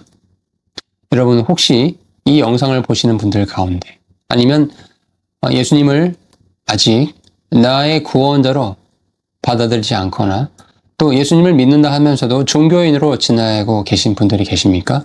하나님께서 아마 분명히 여러분의 인생의 어느 시점마다 초청을 하셨을 거예요. 여러 모양, 여러 방법으로, 여러 사람들을 통해서, 여러 환경들을 통해서 내게 돌아오라. 나 여호와 하나님이 너희의 아버지이고 예수 그리스도만이 내 인생의 주인이고 구원자이다, 메시아이다라는 그 메시지를 지속적으로 여러분의 삶 가운데 문을 두드리셨을 겁니다. 그런데 아직도 마음이 완악해서 그 초청을 받아들이지 아니하고 거부하고 계신 분들이 계십니까? 하나님께서 그 여러분의 선택에 반드시 책임을 물으실 날이 오고 있다는 사실을 기억하시면 좋겠습니다. 우리가 아직 이 아마겟돈 전쟁의 상황에 들어가진 않았어요. 그러니 감사하죠. 왜? 지금이 구원받을 기회이기 때문입니다. 여러분, 기독교가 세상에 많은 지탄을 받고 손가락질을 받는 일들을 보게 됩니다. 그런데요, 그 모든 게 저는 이렇게 보거든요. 정말 복음이 뭔지를 몰라서 그런 거다. 그 일을 행하는 사람들은. 뭐 인간의 연약함도 문제가 될 수 있겠지만 진정으로 하나님이 살아계시고 이 말씀이 문자 그대로 이 세상 가운데 성취되고 있다는 것을 정말 믿고 있는 사람은 두려운 하나님, 경외할 수밖에 없어요. 그분을 신뢰할 수밖에 없어요. 그분을 존중하고 거룩히 대할 수밖에 없어요. 그러니 오늘 이 영상을 보시는 이 순간부터 이제 마음을 새롭게 하시기 바랍니다. 믿음 생활을 완전히 180도로 변화하시길 바라요. 우리 하나님은 여러분 단순히 내 마음에 평안을 주고 나에게 복 주시는 그런 마술 방망이가 아니라는 걸 반드시 기억하시기 바랍니다. 성경으로 돌아오시기 바라요. 제가 돕겠습니다. 이 영상을 여러분 주변에 많이 공유해 주시고 그렇게 해서 이 마지막 때에 정말 깨어있는 신앙을 함께 하기를 간절히 소망합니다. 긴 시간 동안 함께 해주셔서 감사드립니다. 다음 시간에는 국가 마곡의 전쟁 2차 전쟁에 대해서 더 자세하게 또 관련된 말씀들을 설명드리도록 하겠습니다. 주님은 늘 선하십니다. 선하신 주님이 저와 여러분의 아버지가 되기를 간절히 소망합니다. 건강하게 잘 지내시고 다음 시간에 뵙도록 하겠습니다. 감사합니다. 하겠습니다. 우리는 지난 시간에 국가 마곡의 1차 전쟁 그리고 7년 환란기 끝 무렵에 있을 아마겟돈 전쟁에 대해서 함께 살펴보았습니다. 그리고 성경이 기록한 인류 역사의 정말 최종적인 마지막 전쟁인 국가 마곡의 2차 전쟁, 천년왕국 끝 무렵에 발생할 그 전쟁에 대해서 오늘 성경을 근거로 저와 함께 탐구해 보도록 하겠습니다. 여러분, 우리가 세계사를 통해서 또 한국사를 통해서 수많은 전쟁이 있었던 것을 또 역사를 통해서 또 책, 드라마 이런 것들을 통해서 많이 접해 보셨을 겁니다. 그런데 인류의 역사의 최후, 마지막에 있을 천년왕국 끝 무렵에 있을 곡과 마곡의 전쟁은 인류가 치른 전쟁 중에 가장 이상한 전쟁입니다. 그 전쟁에 참여하는 병사들은 완전히 평온한 상태에서, 평화로운 상태에서 태어나고 자랐던 사람들이에요. 가난을 모르고 불의를 겪어본 적이 없고 전쟁이란 단어를 천년 동안 들어본 적 없었던 그런 세대가 오늘날 어느 시점에 갑자기 전쟁을 일으키고 하나님을 대적하는 일이 발생하게 되는 것이죠. 어떻게 이런 일이 있을 수 있을까? 예수님께서 직접 왕으로 통치하시는 그 세대를 경험한 사람들이 어떻게 하나님을 대적해서 전쟁을 일으킬 수 있을까? 오늘은 이러한 주제를 가지고 성경을 통해서 이 속에 있는 깊은 의미들을 함께 살펴보도록 하겠습니다. 아직 제 채널을 구독하지 않는 분들은 구독과 좋아요로 함께 해주시길 부탁을 드립니다. 그리고 이 마지막 세대의 거룩한 성도를 위한 미디어 선교 전문 채널인 이 오강일의 인사이트 채널을 성도 여러분들께서 많이 기도해 주시고 물질로 후원해 주셔서 감사를 드립니다. 이 사역은 저 개인의 힘으로 결코 이루어질 수 없습니다. 성도 여러분들의 기도와 또 물질 후원으로 이 사역이 계속해서 진행될 수 있는 것입니다. 함께 해주신 분들께 감사를 드리고 또 물질로 후원해 주신 성도님들께 하나님의 귀한 축복이 있기를 소망합니다. 자, 본격적으로 오늘 강의를 시작하도록 하겠습니다. 요한계시록 20장 7절에서 10절의 말씀에 가서 보시면 인류가 맞닥뜨리게 될 천년왕국 끝 무렵에 있을 곡과 마곡의 2차 전쟁, 최후의 전쟁에 대한 기록이 있습니다. 요한계시록 20장 7절의 말씀은 이렇게 시작하고 있습니다. 천년이 참에 사탄이 그 옥에서 놓여 나와서 땅의 사방 백성 곧 곡과 마곡을 미혹하고 모아 싸움을 붙이리니 그 수가 바다의 모래 같으리라. 그들이 지면에 널리 퍼져 성도들의 진과 사랑하시는 성을 두루매 하늘에서 불이 내려와 그들을 태워버리고 또 그들을 미혹하는 마귀가 불과 유황 못에 던져지니 거기는 그 짐승과 거짓 선지자들도 있어 세세토록 밤낮 괴로움을 받으리라. 이 4절의 짧은 본문을 통해서 우리는 먼저 이 본문이 말하고자 하는 그 성경적인 의미가 무엇인지에 대해서 먼저 살펴보도록 하겠습니다. 우리가 이 전쟁, 인류의 마지막에 있을 곡과 마곡의 최후의 전쟁에 대해서 이해를 하시기 위해서 요한계시록 20장에 기록된 그 구절들의 동사에 집중할 필요가 있어요. 첫 번째는 7절에 천년이 참에, 자, 이 단어를 보시기 바랍니다. 자, 천년이란 시간이 찼다. When the thousand years are ended. 영어로는 이렇게 표현이 되어 있는데, 자, 천년이 차다라는 의미를 표현할 때 헬라어로 텔레스테라고 표현합니다. 이것의 의미는 뭐냐면 완성이 됐다라는 의미예요. 어떤 목적한 바가 있었는데 그 목적에 도달했다라는 뜻을 가진 텔레오라는 동사에서 그 어근을 출발하고 있습니다. 자, 그런데요, 놀랍게도 이 단어는 십자가상에서 우리 예수님께서 외치신 그 마지막 한마디 뭐였습니까? It is finished. 다 이루었다 라고 말씀하실 때 다 이루었다, 테텔레스타이 라고 말씀하실 때 쓴 그 단어와 같은 어근을 지금 쓰고 있다는 겁니다. 자, 그러니 천년이 찼다라는 의미는 그냥 시간이 어찌어찌 흘러다 보니까 천년이라는 시간이 지났다, 흘러가 버렸다라는 의미가 아니라 완성이 되었다라는 의미예요. 시간이 지난 게 아니라 하나님의 프로그램이 목적을 다 이룬 것이다. 천년왕국은 실패로 끝난 것이 아니라 증명할 것을 다 증명하고 임무를 완수해서 다치는 그런 것이라는 것을 성경이 지금 말씀하고 있는 것입니다. 자, 천년이 다 참에 어떤 일이 있습니까? 사탄이 그 옥에서 놓였다. 사탄이 그 옥에서 놓인다라고 표현할 때 사탄 will be released. 지금 수동태 표현을 쓰고 있어요. 여러분, 사탄이 직접 자기가 쇠사슬을 끊고 타러 간 것이 아니라 풀려난 거예요. 자, 이것은 어떤 거냐? 요한계시록 20장 3절의 말씀에 가서 보시면 무조갱에 던져 넣어 잠그고 그 이후에 임봉하여 천년이 차도록 다시는 만국을 미혹하지 못하게 하였는데 누구를요? 사탄을 하나님께서 이렇게 하셨다라는 거예요. 그런데 이 3절 후반부가 매우 중요합니다. 밑줄 치시기 바랍니다. 그 후에는 반드시 잠깐 놓이리라 라고 말씀하고 있어요. 그 후에는 반드시 잠깐 놓이리라. 즉 사탄의 석방의 주도권은 처음부터 끝까지 하나님께 있었다라는 것이죠.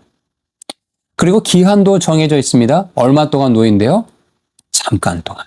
사탄의 마지막 활동은 하나님의 발급한 유효 기간이 찍힌 임시 출입증 안에서만 이루어진다는 것을 성경이 지금 말씀하고 있습니다.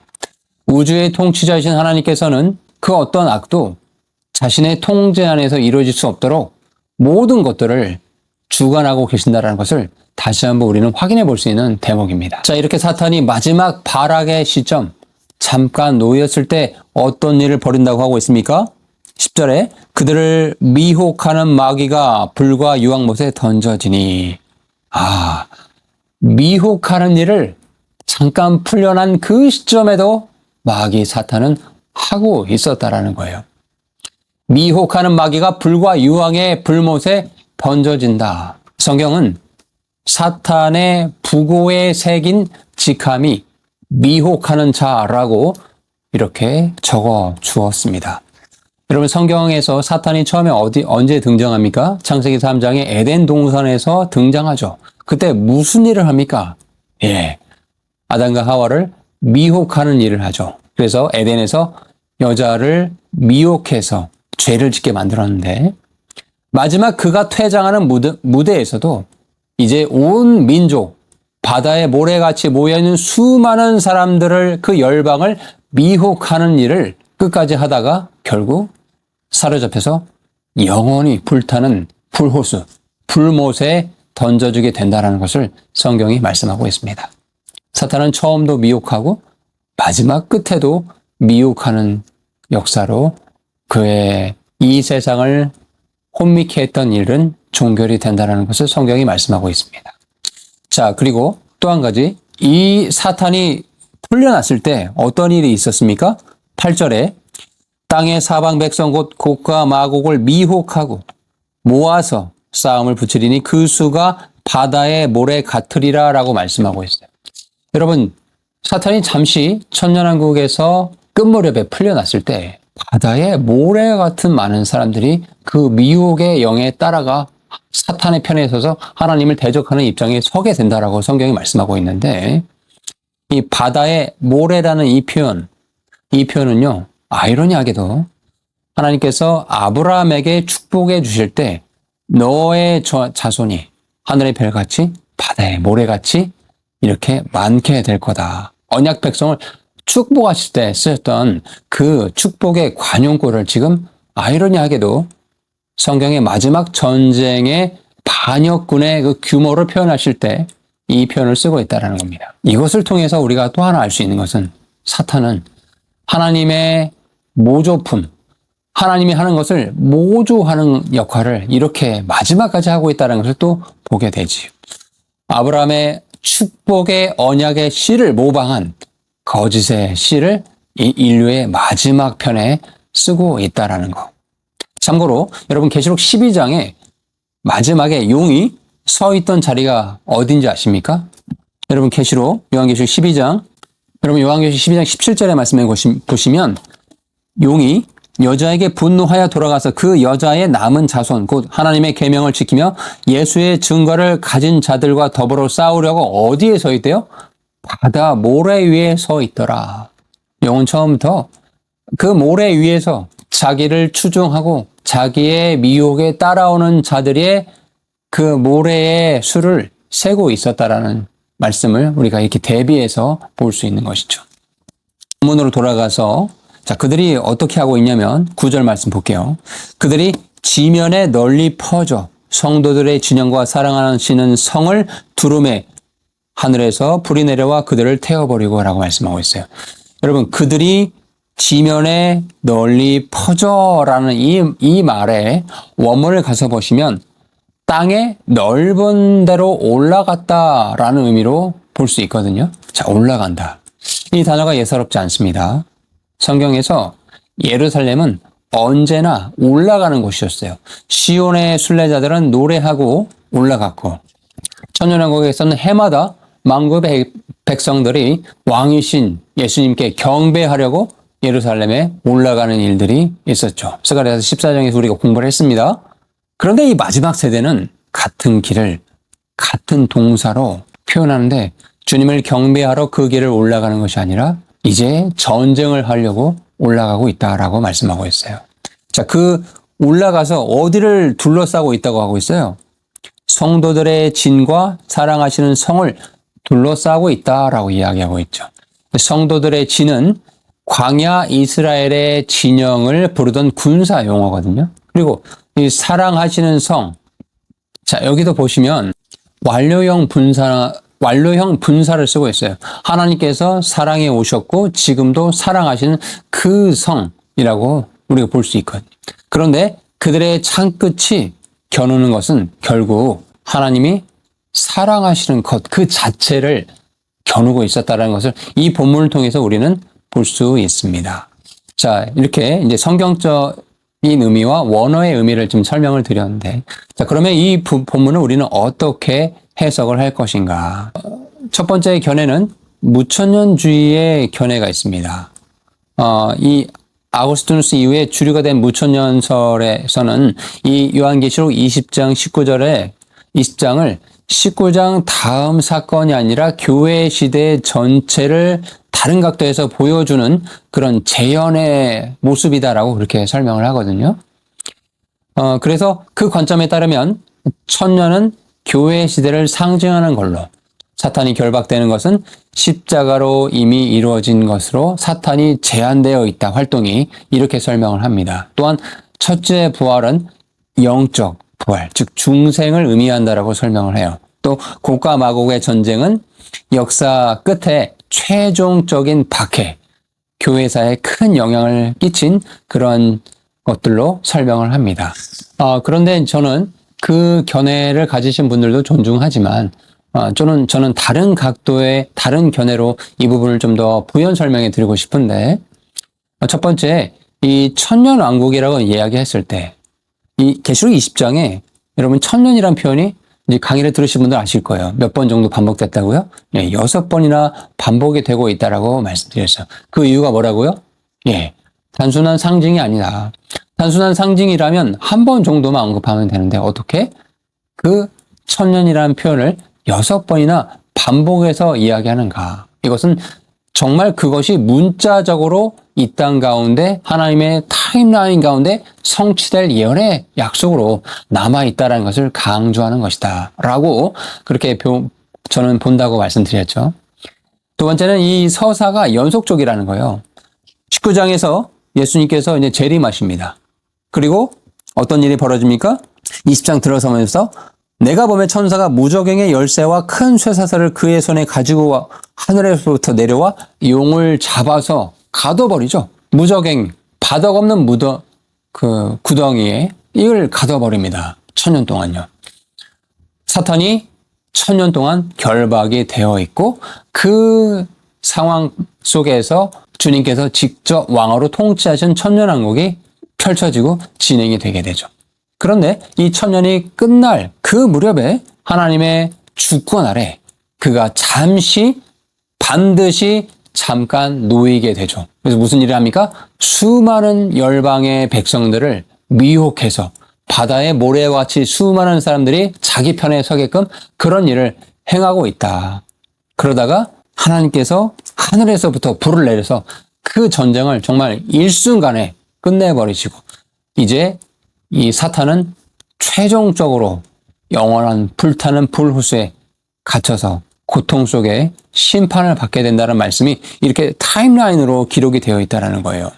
이것이 하나의 연대기로 지금 드러나 있는 것이죠. 두 번째, 부활의 문제가 있어요. 첫째 부활이 영적인 부활, 중생의 의미라고 그렇게 말씀하셨는데 성경에는 부활이 두 번 있죠. 첫째 부활과 둘째 부활이 있습니다. 제가 설명드릴 때는 첫째 부활에 참여하는 것은 복된 부활이지만 둘째 부활에 참여하는 것은 영원한 불호수, 지옥 형벌의 등급을 결정하기 위해서 불신자들이 부활한 것이기 때문에 절대 둘째 부활에 참여하는 자가 되어서는 안 된다라고 말씀을 드렸어요. 자, 여기서 첫째 부활과 둘째 부활을 성경이 표현할 때 같은 동사를 쓰고 있다는 거예요. 그렇기 때문에 이 부분을 우리가 성경을 일관되게 해석을 하려면 이렇게 제가 보는 견해대로 보는 것이 성경을 헷갈리지 않고 하나님의 타임라인을 정확하게 이해하는 방법이라고 저는 그렇게 생각을 합니다. 또 한 가지, 사탄이 결박이 된 것이 십자가상에서 주님께서 그의 머리를 박살내고 성취하신 것이다 라고 본다고 한다면 물론 사탄은 지금 물론 주님께서 사탄의 그 정체를 밝히고 승리하신 것을 믿습니다. 그런데요, 그가 머리는 밝혔지만 아직 완전히 사로잡혀서 심판받지 못한 상태로 지금 이 세상이 진행되고 있다는 것이 성경을 바르게 보는 견해거든요. 그렇지 않다고 한다면 여러분 어떻게 사탄이 이미 결박이 돼서 제한이 된 상태인데 왜 이 땅 가운데 여전히 부조리와 불공정과 이렇게 이해할 수 없는 일들이 많이 일어나는 것입니까? 또한 베드로도 너희 대적 마귀가 우는 사자와 같이 두루 다니며 삼킬 자를 찾고 있나니 깨어있고 분별해야 된다는 얘기를 왜 강조하고 있었을까요? 그러니 이 부분을 우리가 이해할 때 이렇게 몇 가지 어떤 걸림돌이 되는 지점들을 우리가 잘 해결해 가서 성경을 바르게 이해하기 위해서는 저의 이 견해를 잘 따라오시고 이해해 주시면 좋겠습니다.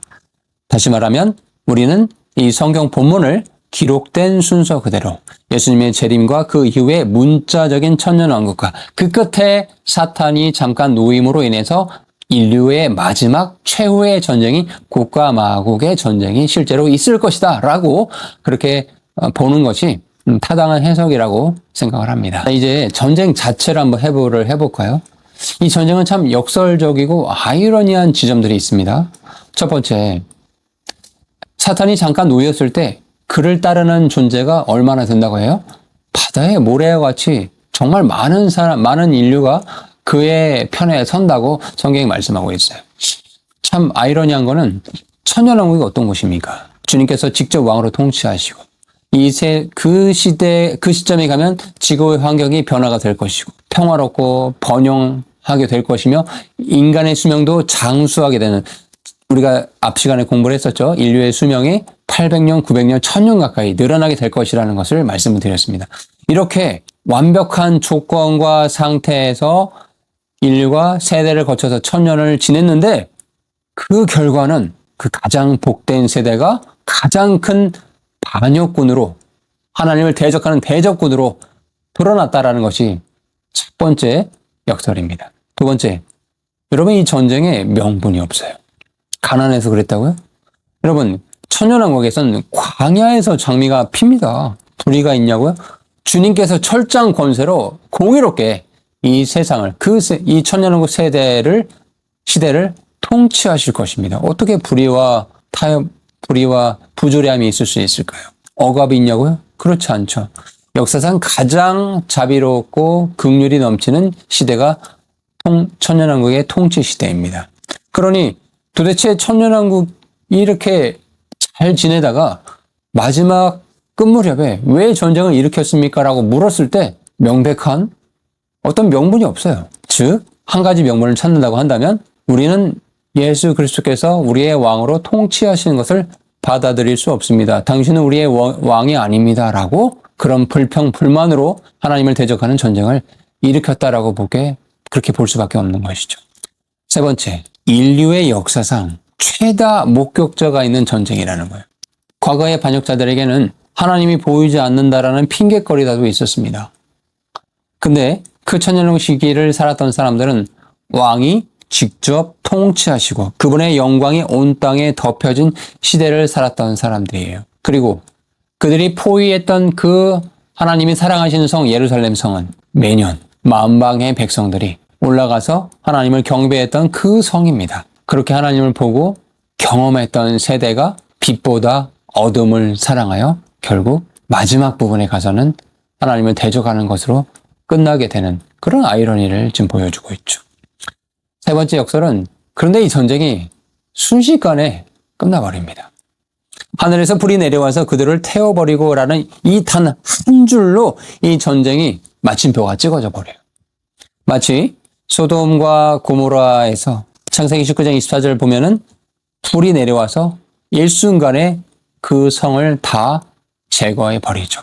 엘리야의 불이 내려와서 모든 불신자들의 악랄한 행위에 대해서 순식간에 제압해 버리시죠. 하나님께서요. 이렇게 일순간에 하나님께서 끝내셔 버립니다. 그런데 여러분, 여기서 우리가 성경을 깊이 있게 읽어보면 이런 의문이 들 수 있습니다. 아니, 이렇게 순식간에 전쟁을 끝내실 수 있는 우리 하나님께서 왜 그들이 지면에 널리 퍼져 성도들의 진과 사랑하시는 성을 두름에 그 미혹해서 사탄과 함께 반역한 자들이 하나님의 사랑하신 성 예루살렘 성을 두르기까지 왜 기다려 주셨을까요? 그것은 심판의 공의 때문입니다. 하나님의 마음은 그때까지만이라도 그 시점이라도 다시 무기를 내려놓고 높아진 마음을 내려놓고 하나님을 대적하고자 하는 그 교만한 마음을 내려놓고 회개하고 다시 하나님 앞에 나오기를 기다려 주신 거예요. 그 마지막까지도요.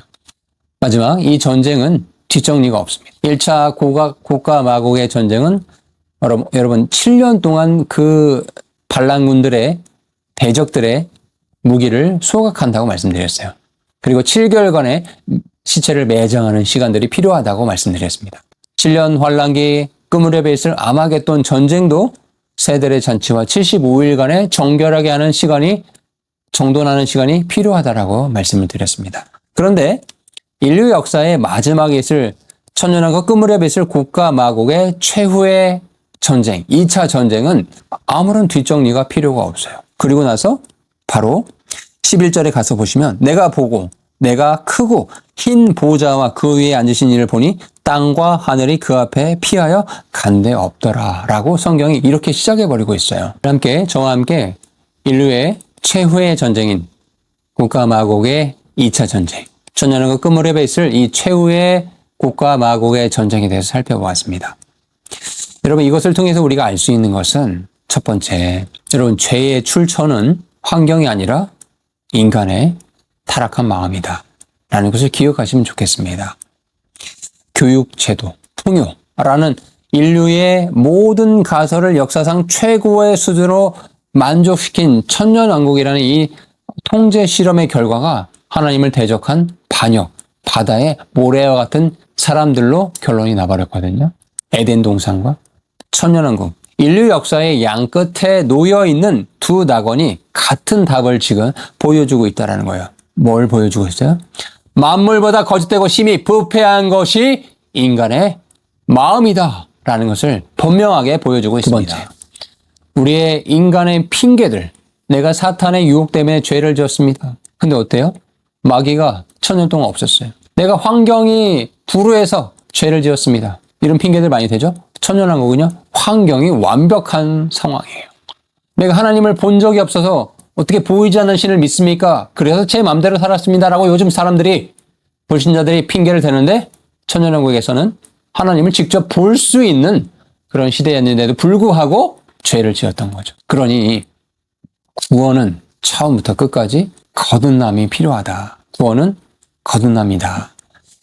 완전한 왕의 완전한 통치 천년으로도 새 마음이 자동적으로 생기는 것이 아니라는 것을 우리는 살펴보게 되었습니다.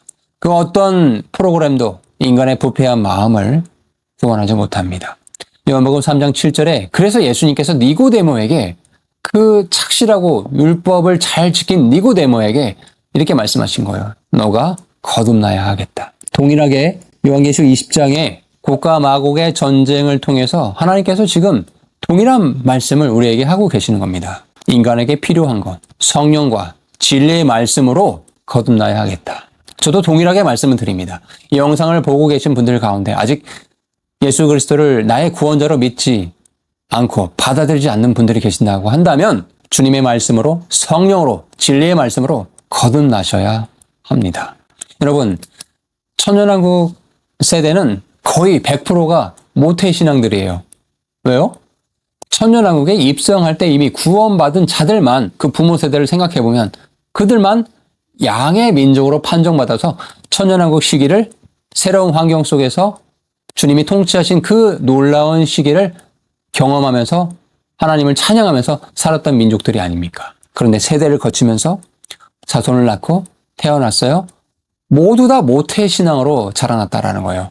그런데 부모의 신앙이 자녀에게 그 완벽한 환경 속에서도 자동으로 전달되는 것이 아니라는 것을 성경이 다시 한번 분명하게 말씀하고 있습니다. 여러분, 그러니 부모로서, 어린 자녀들을 둔 부모로서, 저도 어린 자녀들이 있는데 이렇게 기도를 했으면 좋겠습니다. 우리가 은혜의 자리, 교회 예배당으로 자녀들을 데리고 갈 수는 있어요. 그런데 거듭남은 각자의 몫이라는 거예요. 이게 참 두렵고 떨립니다. 여러분, 교회 안에서 잘한다라는 거, 교회에서 몇 시간을 보냈냐, 무슨 프로그램을 참여했냐, 네, 중요하죠. 교회에서 봉사를 얼마나 많이 했냐, 네, 중요합니다. 그런데 정말 그리스도 안에서 거듭난 적이 있느냐? 진리의 말씀으로 나 자신이 깨어지고 나의 구원자 예수 그리스도를 인격적으로 만난 적이 있느냐?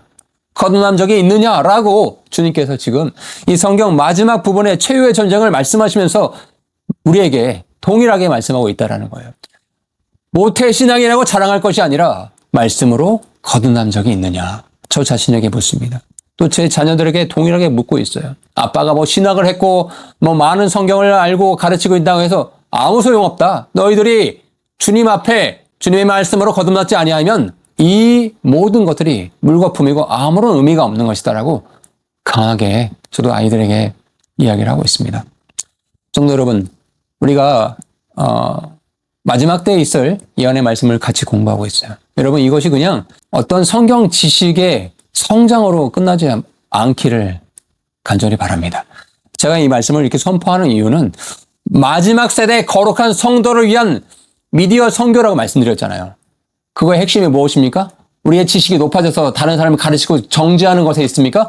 결코 그렇지 않습니다. 제가 원하는 바가 아니에요. 그럼 무엇을 원하냐? 정신 차리고 성경에 더 오히려 성경을 더 파고들고 성경에 근거하여 내 믿음을 점검하고 내 자신을 세우고 내 자녀들, 내 가족들을 하나님의 바른 말씀 위에 세우기를 간절히 바라는 마음으로 이렇게 목소리를 높여서 외치고 있는 것입니다. 말씀을 보시는 분들 가운데 영상을 끝까지 보지도 않고 비아냥거리는 초롱하는 분들이 있어요. 너무나 안타까워요. 도대체 무슨 목적으로 비난하고 조롱하는지 알 수가 없어요. 여러분, 저는 그런 분들까지도 포용하고 예수님의 마음으로, 긍휼한 마음으로 품기를 원합니다. 이 영상을 여러분 주변에 널리 공유해 주세요. 정말 마지막 때입니다. 성경에 근거하여 시대를 분별하는 눈이 반드시 필요합니다. 제가 그 일에 앞장서겠습니다. 함께해 주시길 간절히 부탁을 드립니다. 긴 시간 함께해 주셔서 감사드립니다. 건강하게 잘 지내시고 다음 시간에도 밝은 모습으로 뵙도록 하겠습니다. 주님은 늘 선하십니다. 할렐루야. 감사합니다.